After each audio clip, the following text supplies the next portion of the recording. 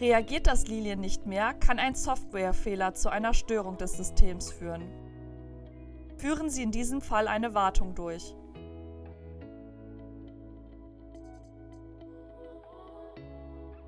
Stecken Sie das Lilien-Ladekabel in die Steckdose und verbinden Sie das andere Ende des Kabels mit dem Lilien.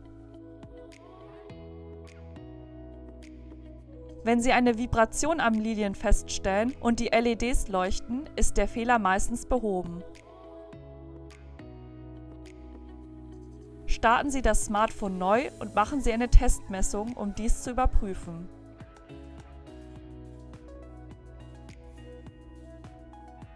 Funktioniert das Gerät trotz dieser Maßnahmen nicht, überbrücken Sie die beiden linken Pins am Gerät.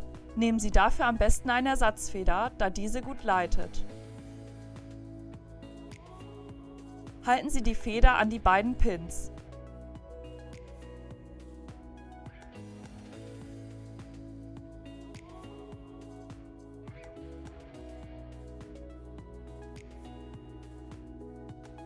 Wenn Sie eine Vibration am Lilien feststellen, ist der Fehler meistens behoben.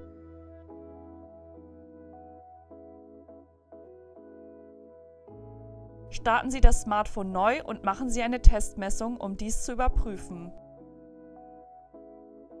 Sollte der Fehler bestehen, wenden Sie sich bitte an den Lilien Support.